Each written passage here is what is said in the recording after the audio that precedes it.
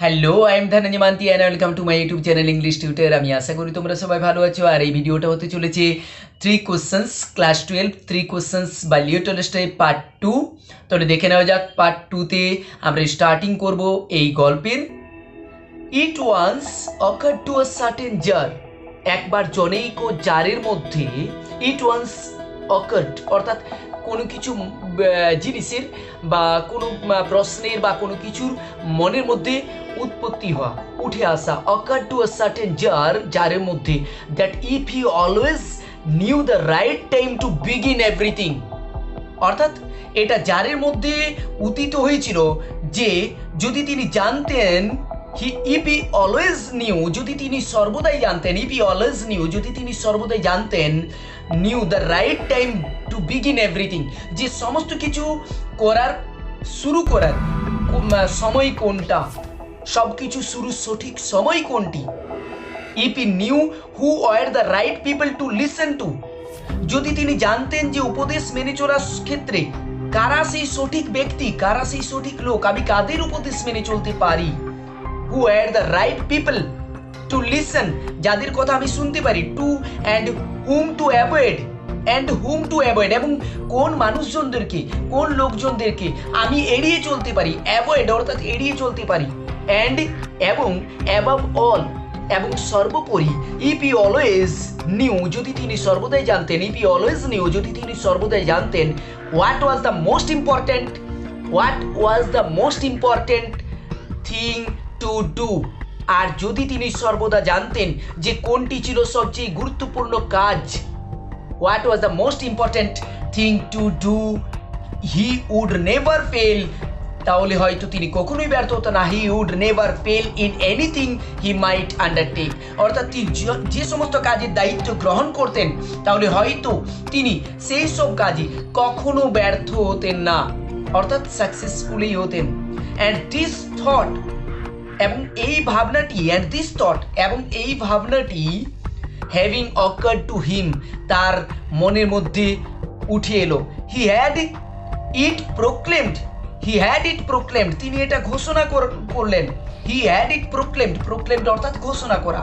Proclaimed throughout his kingdom that he would give a great reward to anyone who teach him what was the right time for every action, and who were the most necessary people, and how he might know what was the most important thing to do. And he had it proclaimed it throughout his kingdom, আর তিনি এটি সর্বত্র প্রচার করেছিলেন। Proclaimed throughout his kingdom, তার রাজ্যে সমস্ত জায়গাতে এটি প্রচার করে দিয়েছিলেন। That he would give a great reward, যে তিনি তাকে সবথেকে বড় পুরস্কার দেবেন। He would give a great reward, তিনি তাকে সবথেকে বড় পুরস্কার দেবেন, reward, to anyone who would teach him, যিনি তাকে শেখাবেন। হু উড টিচ হিম, যিনি তাকে এই শিক্ষা দিয়ে দিতে পারবেন।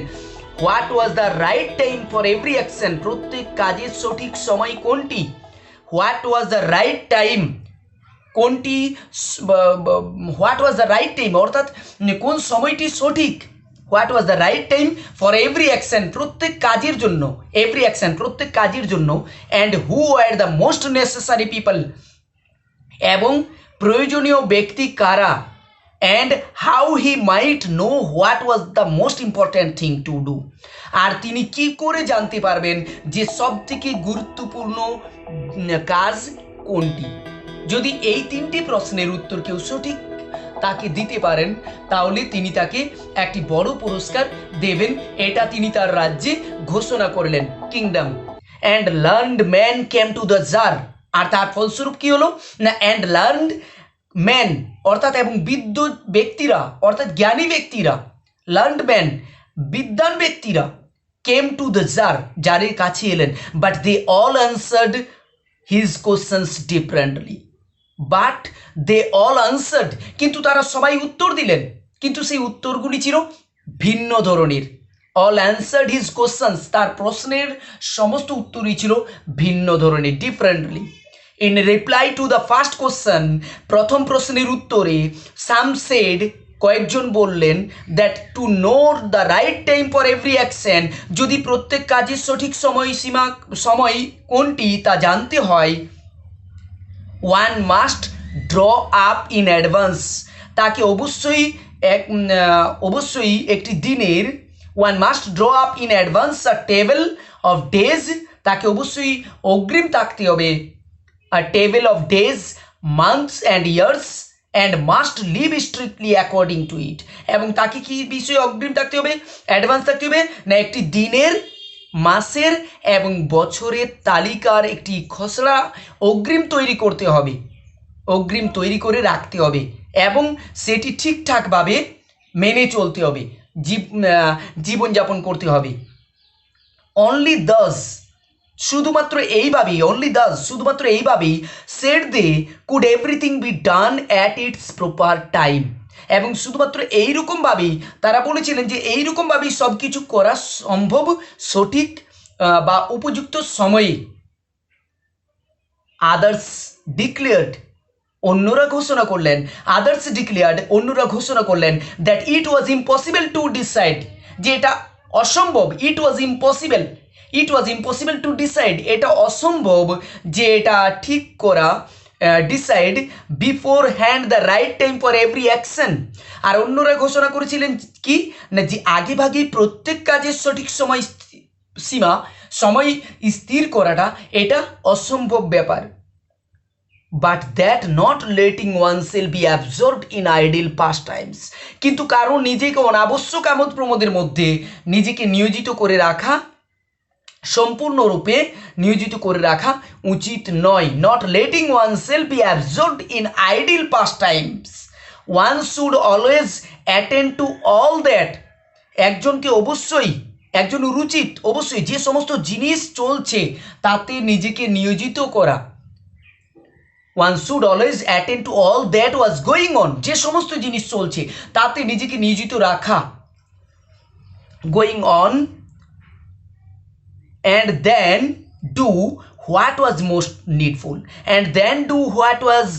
needful, এবং তারপরে যেটি সর্বাপেক্ষা গুরুত্বপূর্ণ সেটি করা, এবং তারপরে যেটি সব থেকে বেশি গুরুত্বপূর্ণ হবে সেটি করতে হবে। আদার্স এগেন, অন্যরা আবার বললেন, others again said that however attentive the tsar might be to what was going on, আর অন্যরা কি বললেন না, অন্যরা পুনরায় বলেছিলেন যে যা চলছে তাতে যার যতটাই মনোযোগী হন না কেন, said the however attentive, যতটাই মনোযোগী হন না কেন, অ্যাটেন্টিভ অর্থাৎ মনোযোগী, the tsar might be to what was going on, যেটা চলছে, ইট ওয়াজ ইম্পসিবল, এটা অসম্ভব, it was impossible for one man, একজন মানুষের পক্ষে, একজন ব্যক্তির ক্ষেত্রে, it was impossible for one man to decide correctly the right time for every action, আর এটি একটি ব্যক্তির পক্ষে অসম্ভব ব্যাপার যে প্রত্যেক কাজের জন্য সঠিক সময় যথাযথভাবে স্থির করা, প্রত্যেক কাজের সময় যথাযথভাবে আগে থেকেই স্থির করে নেওয়াটা এটি অসম্ভব ব্যাপার। But that he should have a council of wise man, কিন্তু তার জ্ঞানী ব্যক্তিদের একটি পরিষদ থাকা উচিত, এটি অন্যদের মতামত যে তার জ্ঞানী ব্যক্তিদের একটি পরিষদ থাকা উচিত। But that he should have a council of wise man, council অর্থাৎ পরিষদ, অফ ওয়াইজ ম্যান অর্থাৎ জ্ঞানী ব্যক্তিদের, হুড হেল্প হিম, যারা তাকে সাহায্য করতে পারবে, হুড হেল্প হিম, যারা তাকে সাহায্য করবে, to fix the proper time for everything, অর্থাৎ যারা তাকে সব কিছু সঠিক সময়সীমায় স্থির করতে সর্বদা সাহায্য করবেন। এটা হলো পার্ট টু এর প্রথম বিষয়বস্তু। আমি আশা করি তোমাদের এই ভিডিও ভালো লেগেছে, আর যদি ভালো লেগে থাকে তাহলে অবশ্যই সাবস্ক্রাইব করো, লাইক করো, শেয়ার করো এবং অবশ্যই কমেন্ট করে জানাবে কেমন লাগলো। Thank you.